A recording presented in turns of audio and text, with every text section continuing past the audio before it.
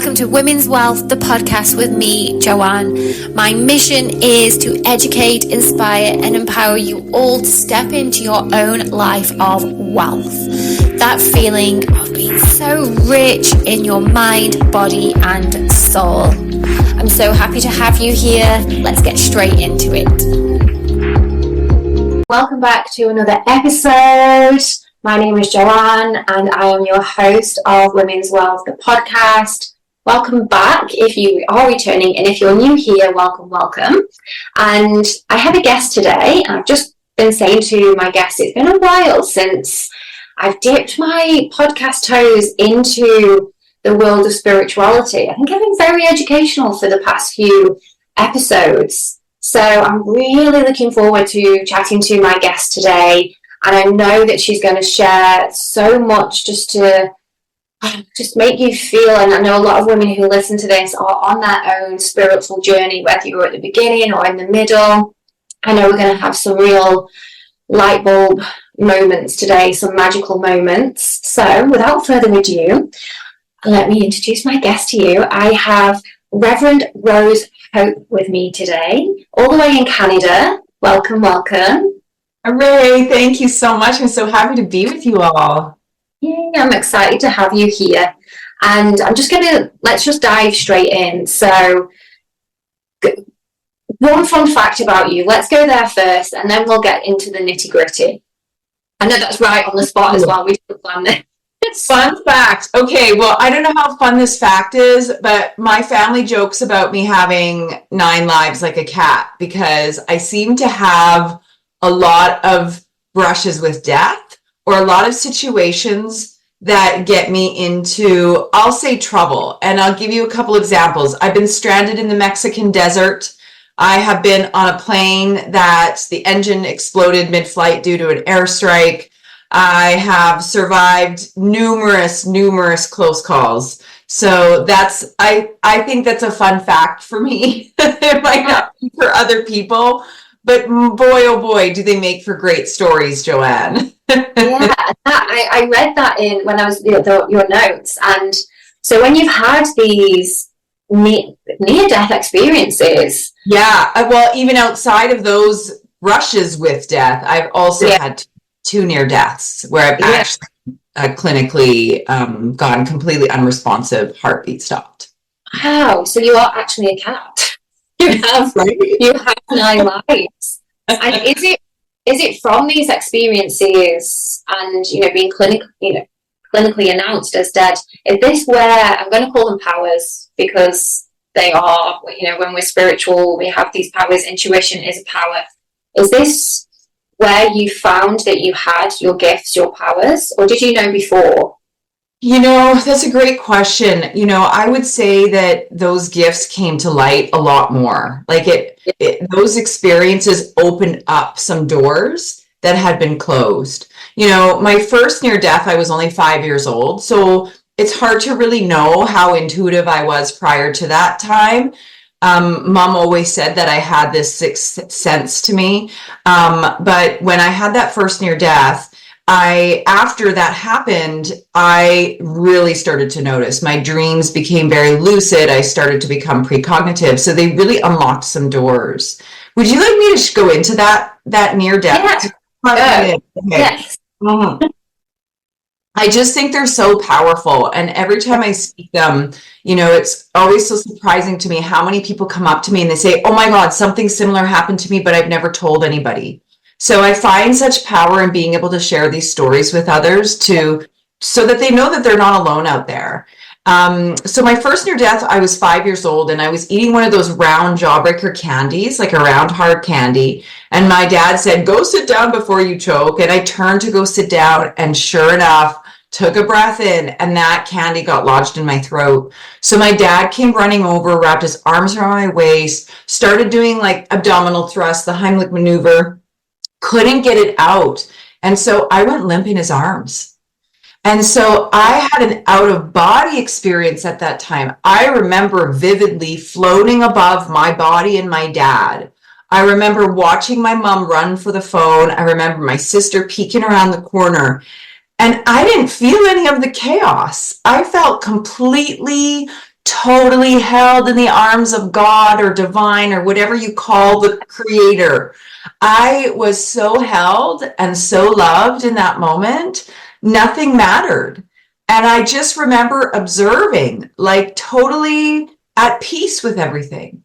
Now, my dad ended up doing what you should never do. He used his thumb and he pushed against the inside of my throat enough to leverage and get that jawbreaker out. And then he got me breathing again. And so, I often say my dad gave me life not once, but twice. And he sure did that day. And I'm so grateful that he did actually what you're not supposed to do. And he got that jawbreaker candy out.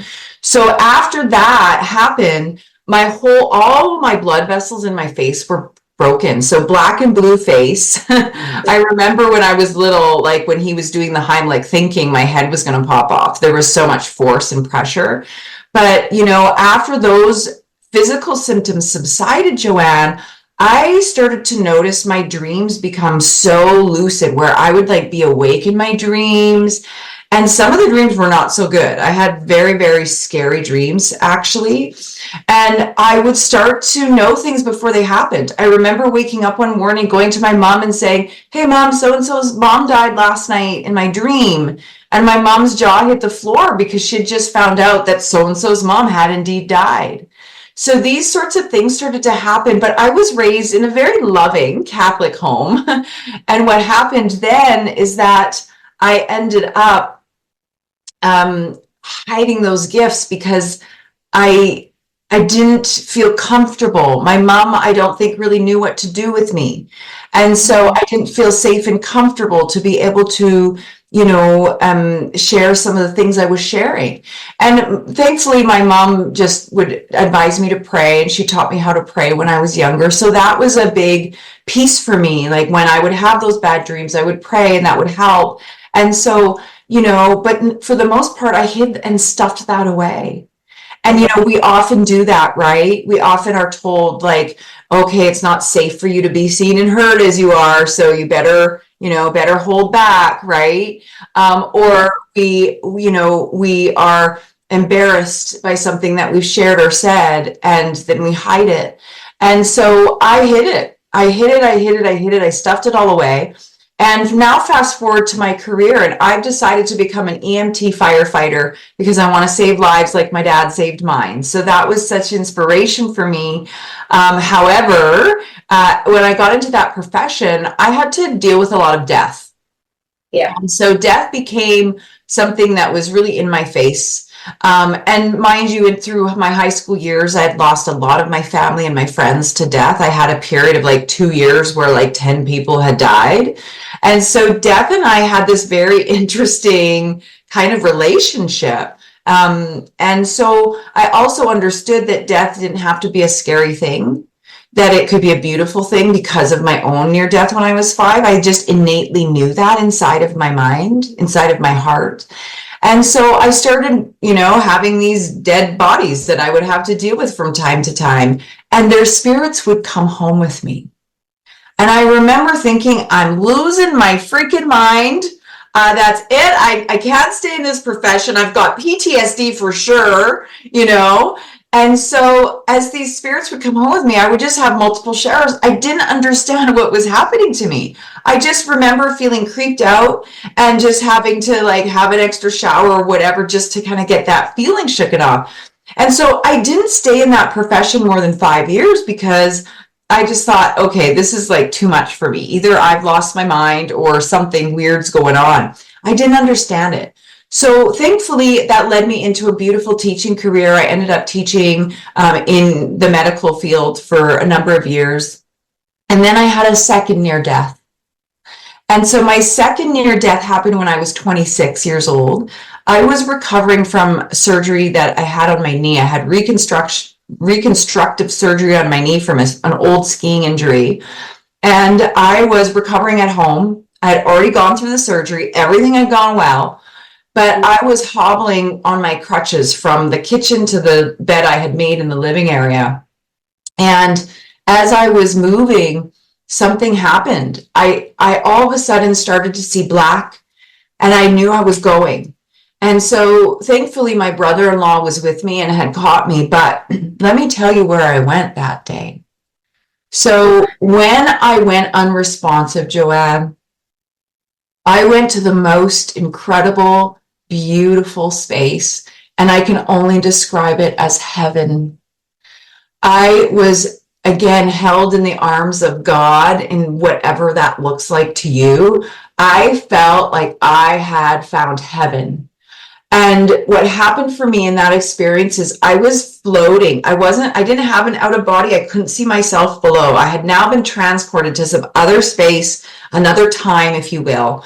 And around me, surrounding me in all directions, were these beautiful giant orbs of light.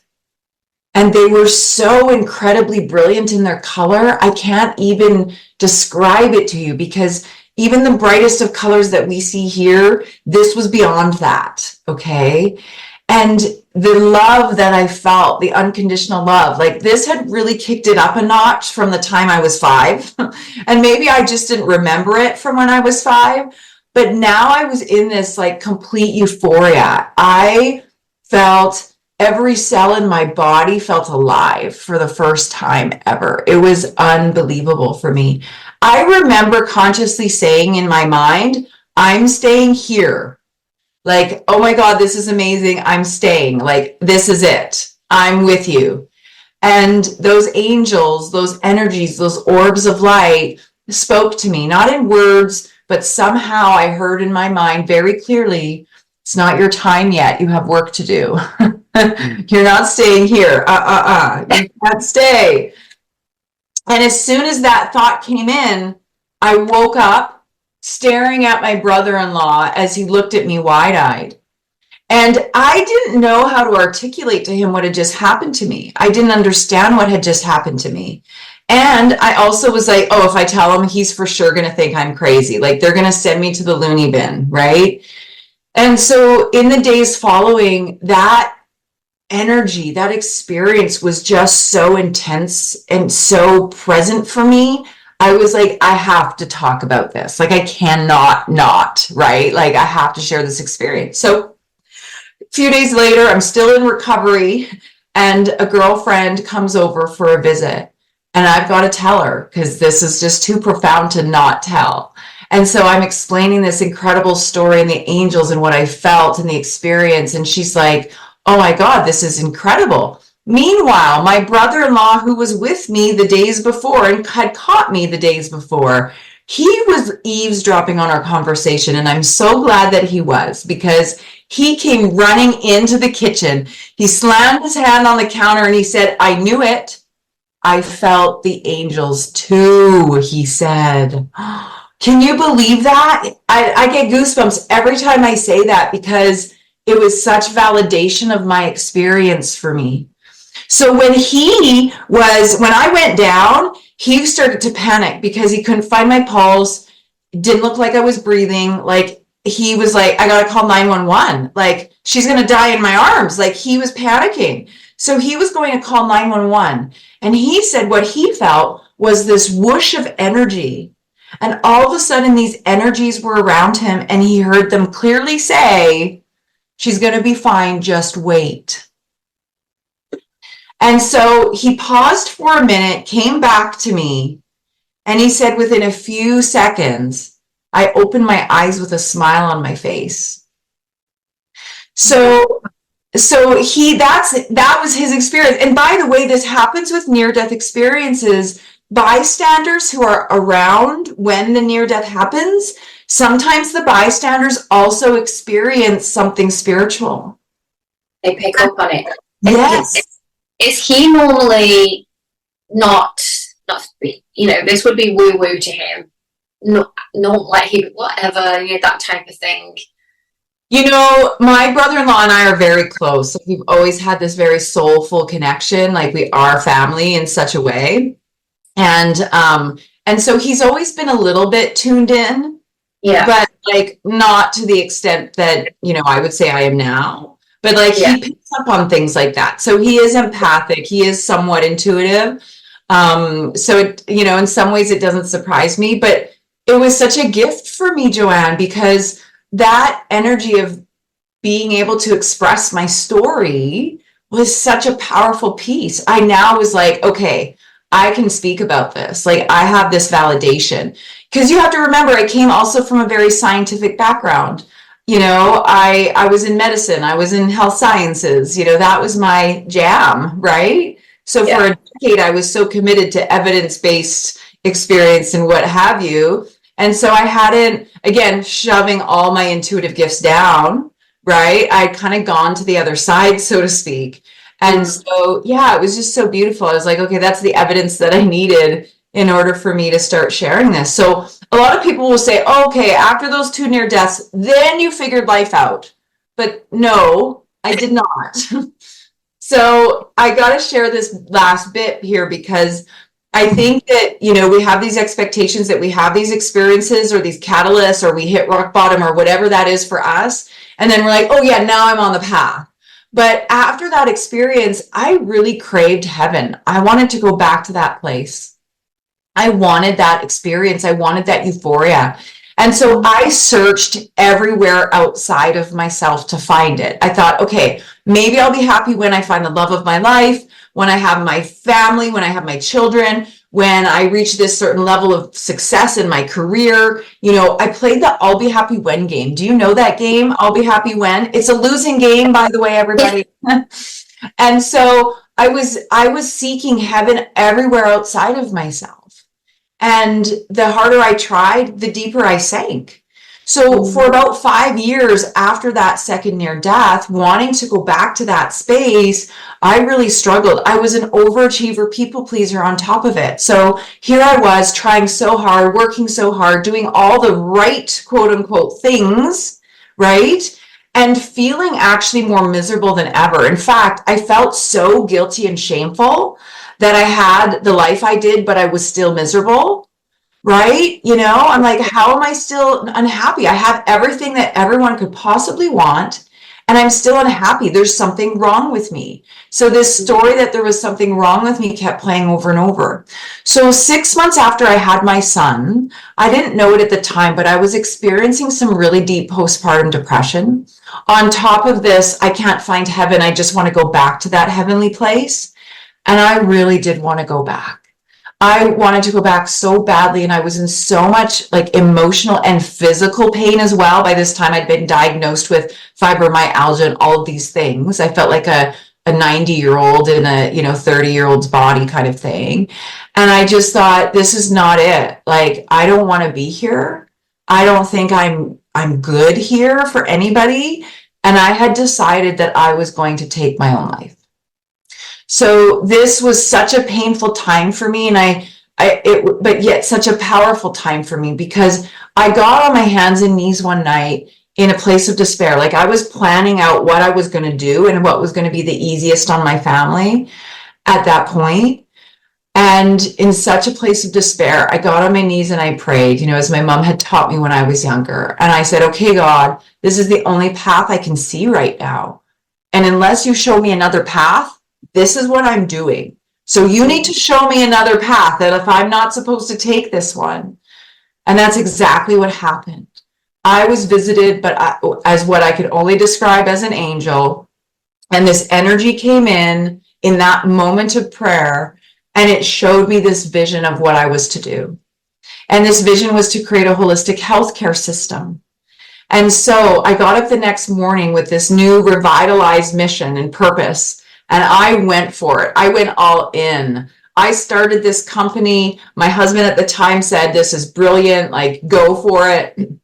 I stepped fully in to building this business. And that business, excuse me, that business is what led me down this spiritual path. Because as I grew this holistic business, I started meeting practitioners who could do the Akashic records, and they could do all this spiritual stuff and this intuitive stuff.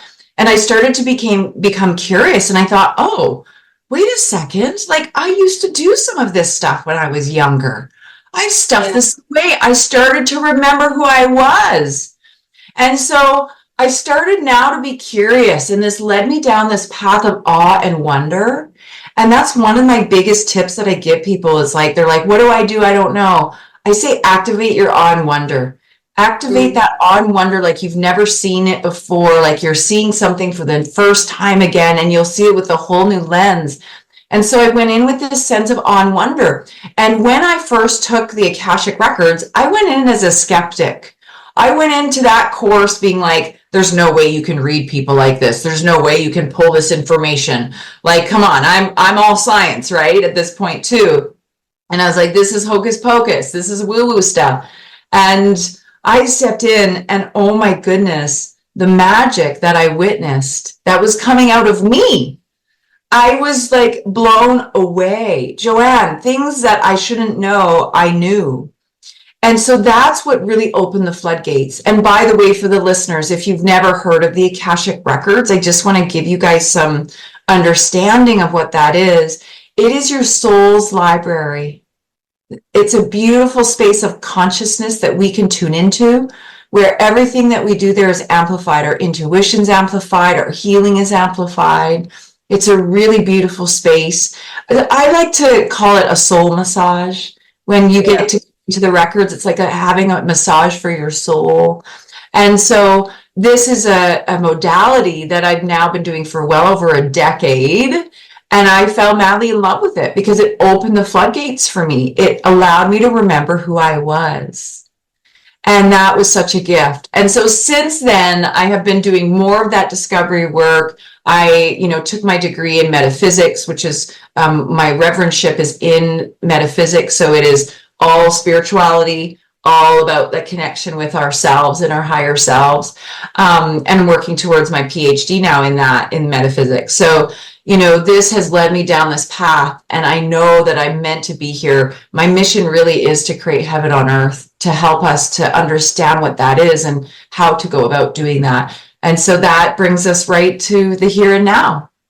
Right now, that's such an amazing story, and I resonate. I haven't had any experiences like that, but for me, particularly and I think this is for a lot of people actually, and just the way that the world works now, we're fed the science. And I feel like there's probably a bit of a conspiracy, but I think that if people just follow the science, then the people are doing what the people above want them to do. And I think if you do have a call, whatever you want to call it, your intuition, and you're being drawn away from that, I think that's when we really need to start to listen, because I feel like that's where the power is. That's why we're not fed this. This is why we're not taught how to connect to your higher self in school, how to use your intuition. And like through your story, and especially as women, we keep this stuff quiet. We don't, you might tell your best friend if something weird happens or coincidence, and we're not taught about synchronicities and how to really tune into those and listen to those. It's more, if it hasn't got a pie chart, or I can't, not this, but if there's no chart, if there's no data, then sorry, off you go. Don't listen to that, because there's nothing there in black and white. And I really do think a few of the things that you said there with so many ping, ping, ping, ping, just allowing yourself to step into a version of yourself where you are connecting with who you came here to be. Because I'm sure if a lot of us reflect on, and myself included, I've done the thing, college, university. I was a school teacher for 10 years. I left school teaching to do this, but only because I allowed myself to sit and think, okay, so all these things keep happening. I'm going to go down this path. Goodbye, science. Let's see what happens. And I just trust and ask the questions, and what do I need to do, and just answers come to you, and there's no other way to explain it. That you just need to listen. It is magic. It's there. It is magic, Joanne. I'm so glad you're speaking to this, because I think this is a story for many of us. We are so conditioned to believe that success looks like X, Y, and Z, right? Like, hey, you go to school, you have a family, you do these things, and then you'll be happy. But we have forgotten to tune into our inner truth, right? We live very outside of ourselves for the most part, and we miss out on these beautiful clues and cues that spirit is giving us. Spirit's actually talking to us all the time. It's just that we have been so conditioned to be distracted and be busy, right? This go, go, go kind of energy. And I was the worst for it. I mean, I was that overachiever. I really believed, after my first near death when I was 5, I needed to prove to God that God had made the right choice in letting me stay. So I thought that meant doing. I thought that meant achieving. I thought that meant that I had to prove my worth here. And so that got me really lost in this place of the rat race, of the hamster wheel, whatever you want to call it. And I felt so disconnected from who I was. And I was playing this game, and feeling miserable. Like I said, the I'll be happy when game, Yeah. And so, one of the biggest things that I've learned is to create stillness in my life. And I think this is one of the most powerful and most simplest things that we can do, is to create moments of stillness. It doesn't need to be throughout the day, like where I need to meditate for an hour. Because for me, I was feeling guilty. Here I was this spiritual teacher now, and I wasn't having this like hour-long meditative practice like even some of my students were having in the day, because I was a single parent. I have 2 kids. There's all these other things that were going on in my life. And I was like feeling so guilty about this. And Spirit was like, Dan, just weave spirituality in. And I want to bring that to the surface, folks, because there is a weaving that can be done where it's not like, oh, I'm spiritual because I do an hour meditation in the morning, an hour at night, and I do yoga and I do all these things. It's like, how do we just allow our day to become more spiritual in of itself? Yeah, it's a life. It's not an add-on. And I feel like, yes, up there, but I feel like a lot of spirituality now, and I call it Instagram spirituality, because it is, and people do it in their own way. But then I feel like a lot of women, we see that and think, oh my God, I need to be doing all the things that you've just said, but this is a separate part of me. So I get up, I meditate, I write in my journal, and then I feel like, well, then that takes away, and this is from my own experience as well, takes away the spirituality of it, because it then becomes another thing that I've got to do in my busy life. Yes. It becoming my lifestyle, and it weaves. It needs to. You either are spiritual, or it's an add-on. I don't. Exactly what you just said. It needs to weave. It needs to be holistic. It needs to fit in with your human life nicely, so it's not an extra thing that you're meant to be doing. Because it's not one size fits all, like you just said. If you're a mom, I'm not, but I have 3 dogs, and even if I tried to sit alone in a room for an hour to meditate, they wouldn't let me. They wouldn't let me. They would be scratching at the door. It would not happen. Right. So we have to fit that in. So how do you weave? How are you weaving it in? Well, it's really about like taking a bit more time with yourself. So in the morning, my practice is I wake up with God or divine, whatever you call God. I also love Gus, which is God, universe, source. So Gus, wake up with Gus, wake up with God, wake up with Creator, whatever that is for you. And so what I mean by that is like, I'm not just waking up and be like, oh, Rose, you're waking up, you're getting out of bed. I say, good morning, God. I know you're waking up with me. Welcome to the day. I also know that you're going to carry me through the day today, and you're going to do all the work for me. Because here's the thing, divine is actually our doer. And I know that, like, for me, when I first learned that, I was like, well, no, I'm the one that's like doing the speaking. I'm the one that's doing the lifting of the boxes. I'm the one doing that. And I very quickly was reinformed that, in fact, it's that energy all comes from source. It all comes from divine. And so what that did for me is allowed me to get rid of that burden on my back, that weight of the world, because I really felt like, oh my God, if my mission is to create heaven on earth, oh, that's a big project. And like all that in itself can feel really heavy, right? Like, geez, that's a big mission, but it's not me doing it. I'm not responsible. I mean, I am responsible, but I allow God to do the work through me. And so God is speaking here for me. God is the one that is moving through me to have this experience. And so in getting out of my own way in the morning, it just creates such relief for me. It reinforces trust that divine really does have me taken care of because I'm actually validating it. I'm affirming it in the morning. And boy, oh boy, does it make life so much easier, especially on those days when I'm really tired and I really don't want to get out of bed. I'm like, okay, God, I know you're going to carry me through the day. I know you're going to do all the work and you're going to create all the magic today. Thank you so much. So I acknowledge that and I have that little 2-second conversation. That's all I need, right? So that's how I start my day. The other part of this is allowing ourselves to be more present through the day. And so even though in some moments we might get caught up in whatever we're doing, like what if I just take my cup of warm lemon water and I just like take a minute to have a smell of that lemon, and then I take a minute to just have a sip. And I just allow that to move through me. And so even just taking a few extra seconds to just tune in, what am I tasting? What am I smelling? What am I seeing as I look around? You know, even if it's just brief for a couple seconds, that's all you need. The other piece of it, of course, is going back to our breath. Like, can we just take a breath for a minute? Breathe that in, just take a minute and take a breath. And right away, you can feel the body just saying, oh, thank you so much.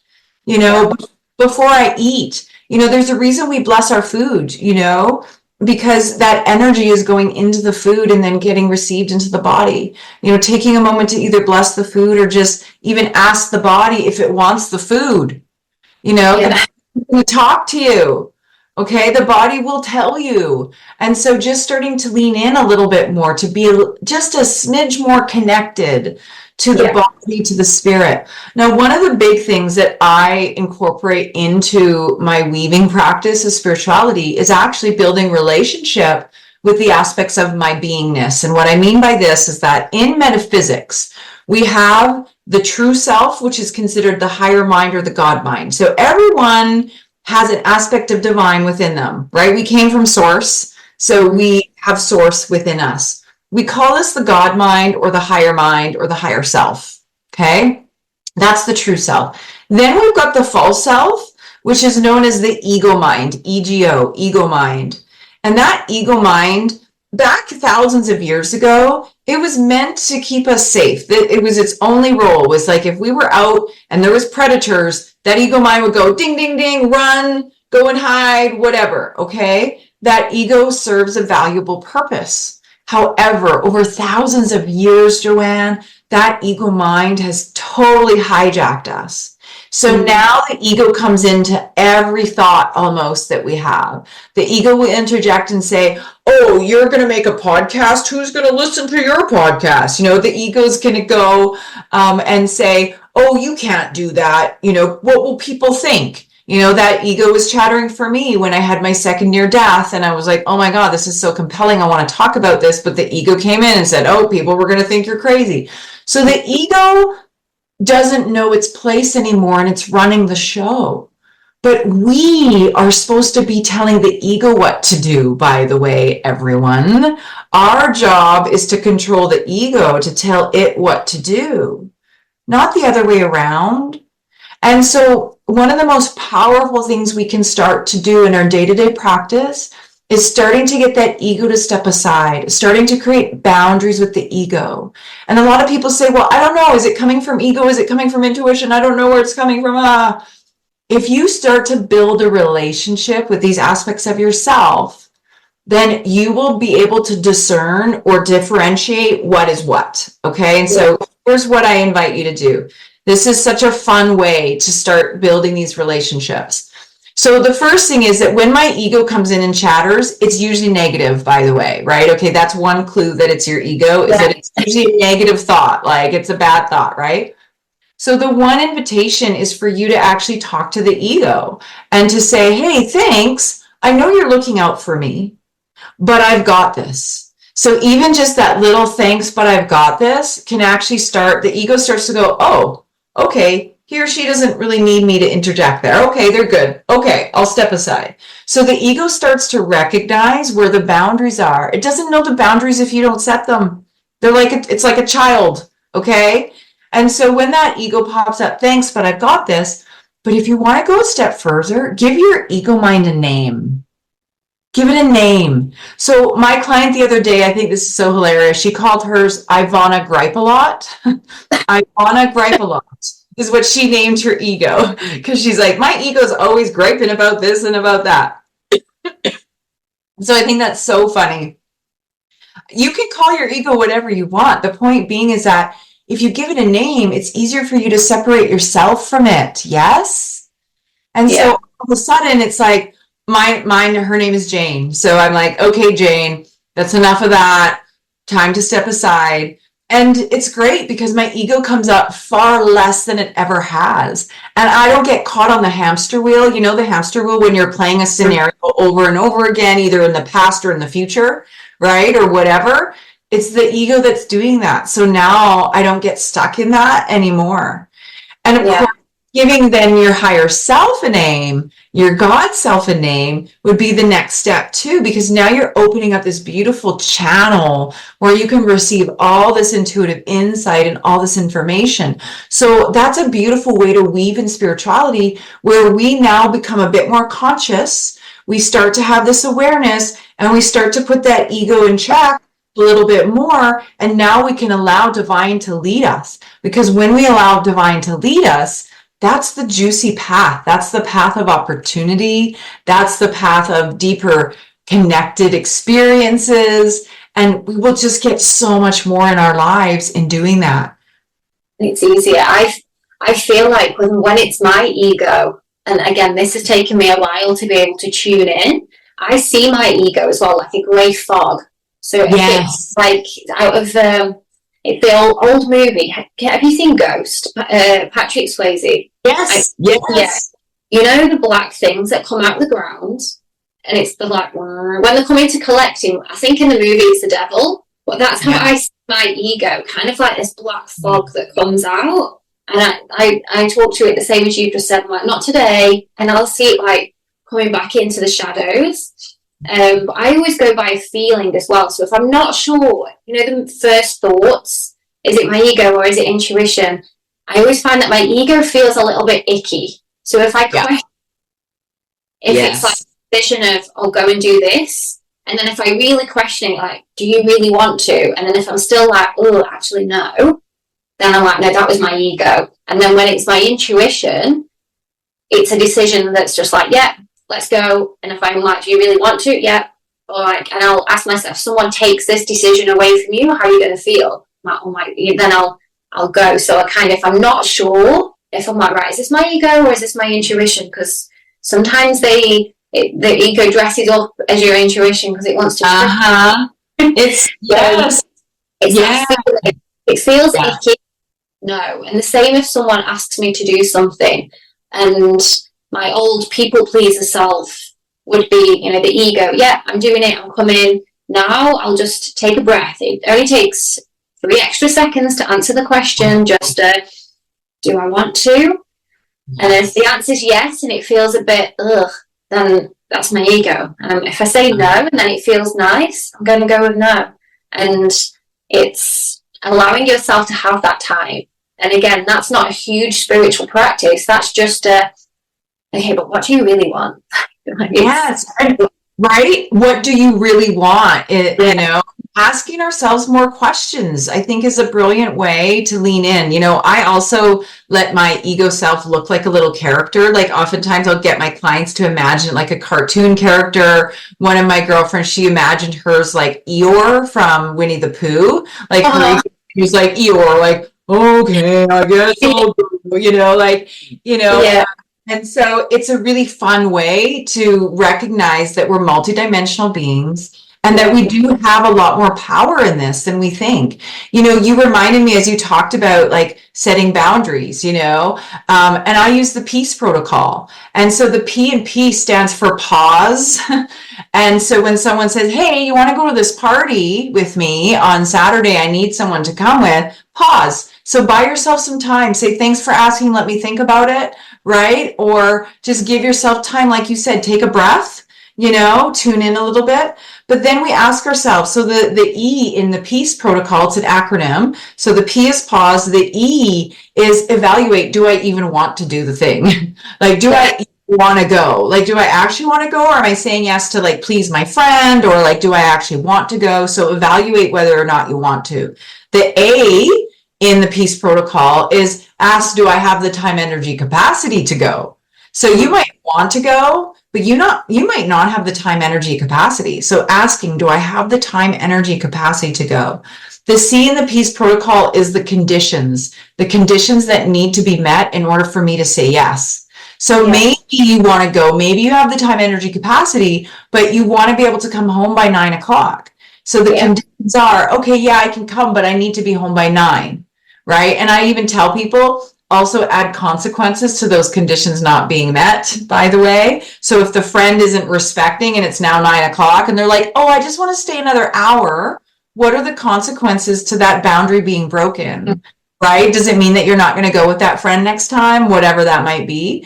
And then the E in the peace protocol, the final E, is to embrace and celebrate that you've actually taken the time to make sure you're doing what is in alignment for you. So I love peace protocol for me because being a chronic people pleaser, I would get caught up in all these situations where I didn't want to actually be doing the thing. And then I would be resentful that I was doing the thing. And then I'd be mad at myself for doing the thing. You know how it goes. Yeah. I spent a good few years and I shared a lot about my anxiety on the podcast. And it was the anxiety for me. So I would say yes because I was a people pleaser. And I would still have the anxiety. And then my ego would be like, well, they don't really want you to go. Or if you go, then you're going to have to, and I would put these conditions in. And I was just in a constant cycle of doing things that I did not want to do, which then would give me more anxiety and just living in this state of, it was just a vicious circle until I was like, no. And it was the most empowering thing. And I lost friends along the way. But, gained friends and friends that respect my boundaries and respect that, it's okay to say no. And sometimes I still have the little ego mind and, it's nice when you get a message back when you find your people that are like, oh yeah, no problem, we can reschedule, or I'll come to your house instead, or we'll just go for a coffee. And you're like, oh my gosh, I spent all of those years doing all of these things that I didn't want to. And now how easy it is just to go, no, I'm tired, or and a lot of the time there's things I say to people as well. Staying in and doing nothing is one of the busiest things that you can do. That's one of the things you need to do the most. And when back in the days, making up an excuse because all you want to do is stay home and be by yourself, whatever that is to you, whether it's reading, walking, even sitting and watching the TV that we berate ourselves for. And we make up an excuse because we just need that time. And that's the most important time, I think, and learning how to set these boundaries. Again, this is all part of your spiritual practice, connecting with, having that time to connect with yourself. Absolutely. Giving yourself permission to do all of these things as well. I think that creating the space, again, back to us needing some more stillness even. Yes, and stillness might mean for us binging on some Netflix for a little bit just to like tune out to the chaos of the world. Stillness might mean meditation. It might mean a walk, by the way. That reflective time is very meditative for us too, right? So, I think we need more of that time. You're absolutely right. And it's very easy for us to kind of get caught up in all the things that we need to do. And so one of the invitations that I have for people as well is like to look at what can you actually decommit from? What can you look at in your schedule and say, I don't really need to do that. I don't really need to do that. I don't really need to do that. Last week I wasn't feeling good and I had already recorded several podcast interviews and I was slated to do one in the evening, but I was so exhausted. My voice was starting to go a little bit on me as well. And so I was like, why am I forcing myself to do this thing that I don't really have to do? And so I made the decision to decommit from that. And that to me is actually true integrity. You know, I thought integrity meant that if I committed, that I better stick to that commitment, and I would force myself to go, and then I would end up sick or tired or again resentful or whatever. And what I realized, integrity does not mean that. Integrity means that I'm being so honest with myself that I'm willing to pull the plug if I need to pull the plug, but I'm also willing to be accountable for my decision. So that might mean, hey, I'm not able to do the thing that I thought I was going to be able to do. Is it going to be okay? You know, how are you going to manage whatever without me? And then let it go. Right. And so, you know, oftentimes what I find when I actually decommit, usually the other person's like, oh my God, thank God I didn't want to do the thing either. Like they're so grateful, right? We forget that we're like robbing other people as well of their divine path when we are out of alignment or out of integrity. You know, there's a saying, yesterday's joyful devotion can become today's heavy burden. And what I mean by that is that maybe yesterday it was easy for me to say yes and it felt right for me to say yes. But now today it's not feeling so good for me to say yes. And if I want to stay in integrity, that means having that conversation, the honest conversation to say, I know I said yes, but today it's not feeling right for me. Yeah, no, I love that. And it is, again, it's all about that permission and, excuse me, giving it some patting it up. We're in tune with the course. We are, right? Giving yourself that permission and again, focusing on I feel like when you focus on yourself and not being that people pleaser, it's self-love, it's self-care.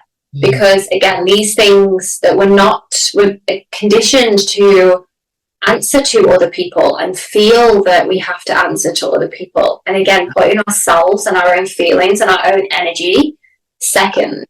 So it's giving yourself that permission to say, actually, it's not selfish to say no, to cancel, to reschedule. And like you said, a lot of the time when I do reschedule or cancel, the other person's like, oh, good, because I've been really busy anyway. And it's so in sync. So if you're feeling that way, if you're listening to this and you're like, oh my God, I need to do that with somebody, do it, because they probably want to cancel anyway. But they're having the same conflict because we're so conditioned in this world to meet your targets, meet the deadlines, be on time, do all the things. And it's okay to pull back from that. It absolutely is. And, you know, when we do that, we give permission for other people to do the same, right? It's like, oh my gosh, there's such relief in that. And did you know, this is really interesting. They did studies on the vibrational frequency of like different energies. Do you know that authenticity actually vibrates at a higher level than love? Wow. Authenticity. Because authenticity means that I love myself enough to know exactly what I need, and I'm going to honor that. So if I'm willing to love myself enough and to honor that, and I'm demonstrating that in the outer world, there's a vibration to that. Yeah. And that's why we are attracted to people who they're more authentic, people who are living in their authentic selves, that they're vibrating higher. That's why we navigate towards those people, because, you know, it's their energy. Yeah. So, you know, and I think that piece of integrity and setting those boundaries and being willing to say no, I think that's part of our authentic path of like, is this really in my highest vibration moving forward? You know, and so it gives us this opportunity to be dialing into even more of that authentic self, which I think is so beautiful. You know, at the end of the day, you know, everything that we need is showing up for us, you know, the experiences, the opportunities, and there's such an invitation for us. Again, I mentioned that sense of awe and wonder, you know, to put on those glasses of awe and wonder. You know, I don't know about you, but I've heard the saying over and over again, like, get your head out of the clouds, like you've got to focus. I'm telling you, get your head in the clouds.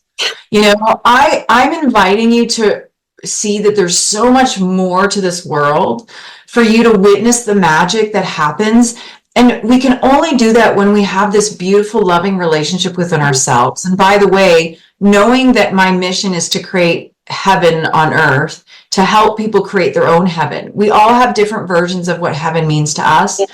And the only way to do that, by the way, is going inside. You know, the biggest lesson that I learned in my whole experience was like, I can't find heaven out here if it doesn't exist within my heart first.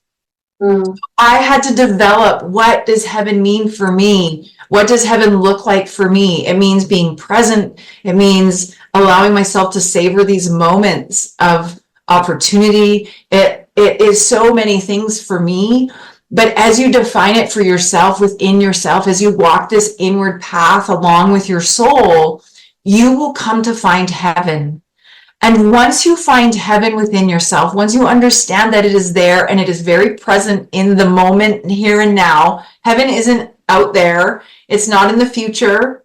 Heaven is right here. It is in this moment, right now, that we're exchanging, Joanne, just allowing ourselves to just tune into that frequency. I already can feel it like lighting up my heart. And so what happens when we find it within ourselves is everything outside of us becomes a reflective mirror for us. Yeah. And so I even find heaven in the shitty stuff, by the way. You know, the stuff that we might perceive as drama and trauma. Oh, there's some heaven nuggets in there too. Because our job is to witness. God is in everything. Divine is in everything. Divine is in that not so good experience. Divine is in my desk sitting in front of me. Yeah. Divine is in everything. So if divine is in everything, that means that there is something good and something beautiful in every opportunity, regardless of our perception. And so that brings to this thought that in every given moment, we have everything we need and then some. Yeah. And that is the ultimate truth, that in everything, in every experience, we're getting everything that we need if we're willing to receive it, of course. And that's the hard part for us as human beings, because it's like, well, what's the lesson in this person dying? What's the lesson in this breakup?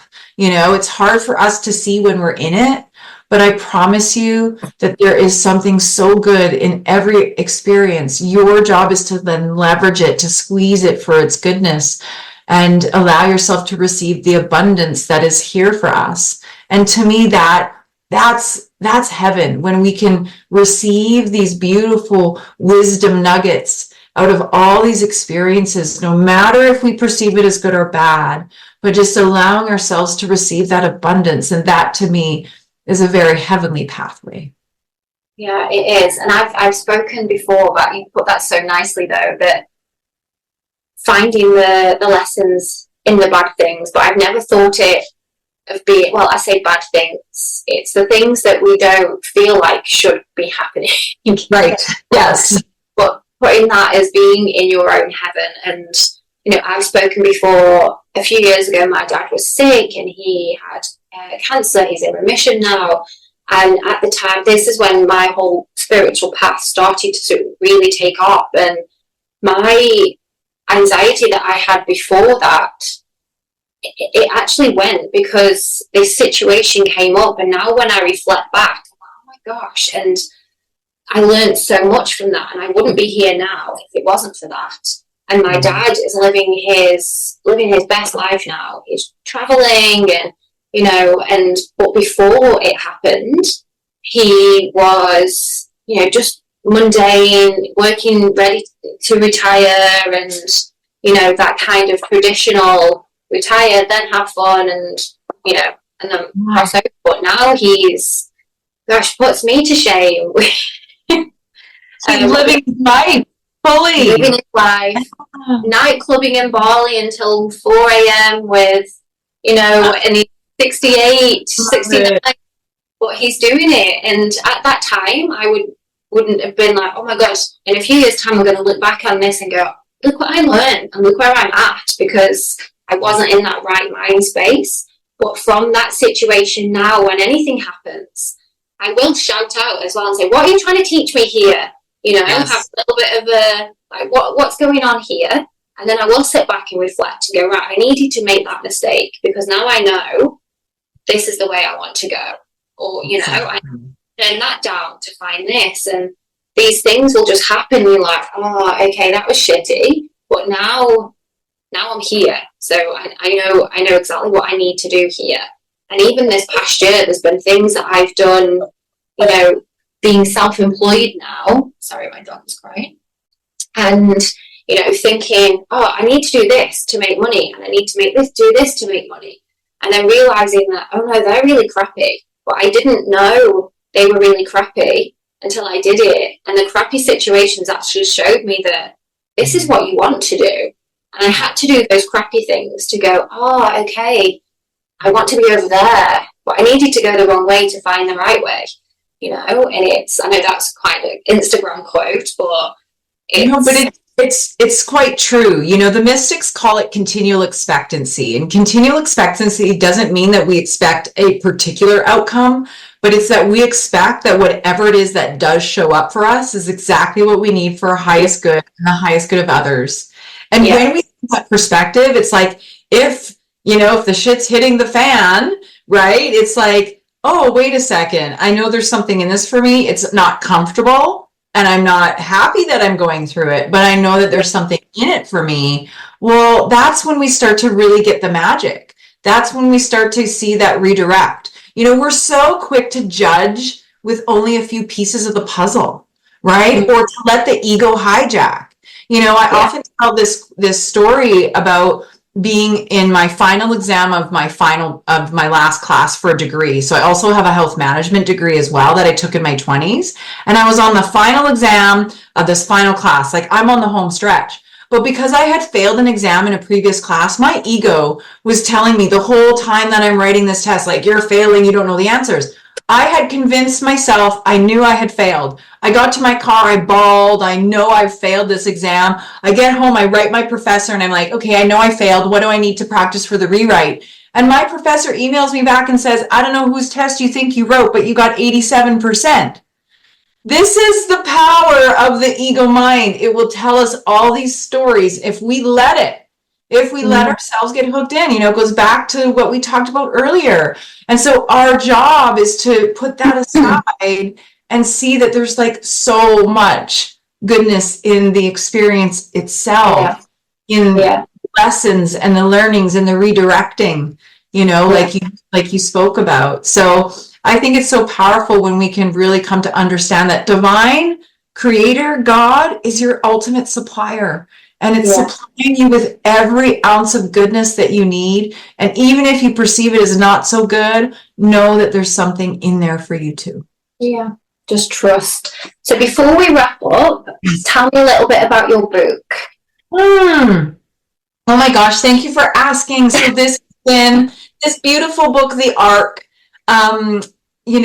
So I started writing almost 20 years ago, and I was just writing my story, didn't really know what it was going to look like. And as I started writing out my story, it was very divinely guided. Most of it was channeled, by the way. Most of it came from Divine as I was writing. And at some point, Divine said, this isn't your story. This is the story of all of us. And so I actually I took some of my own near-death experiences, but I wrote it from a perspective of a fictional character. So it's written as a fantasy fiction. And so it's about this girl who has these gifts, because we all have them, by the way. Everybody has gifts of intuition. We have this incredible inner technology. And by the way, this is what they don't want you to know, that we have this incredible, incredible inner technology of intuition, of being able to be telepathic. The list goes on. But anyway, point being is she struggles with her gifts as she moves through her upbringing and into adulthood. And then she has a near-death experience that takes her into the realm of the angels.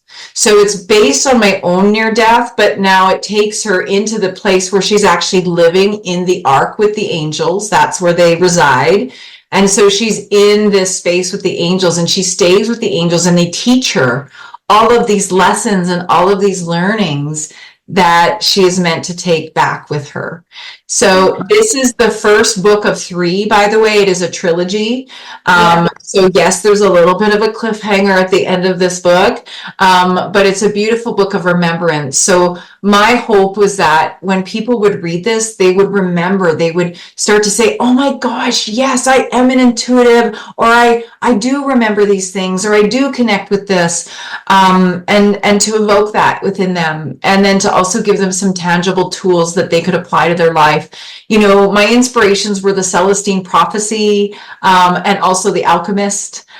So those were a couple of my favorite reads that took you on a beautiful adventure, but taught you some things along the way. And so that's how this book has been written. So thank you for asking about it. That sounds amazing. And that's available to buy. It is. It's on Amazon. It is available across the board. So yes, indeed. I'll pop all of that in the show notes, as with all of your socials and website and everything as well. And yeah, thank you so much. I could sit and talk to you all day. Oh, it was so much fun. I know. I feel like we've just skimmed the surface, but hopefully all of you listening have received some really valuable nuggets. And we're also putting on an event called 7 Days of Creation in January. So I'll make sure that you have that link for the show notes as well. So it's online, it's 7 days, and I go into the Akash for 7 days with you, and it's free. That's just a gift for you.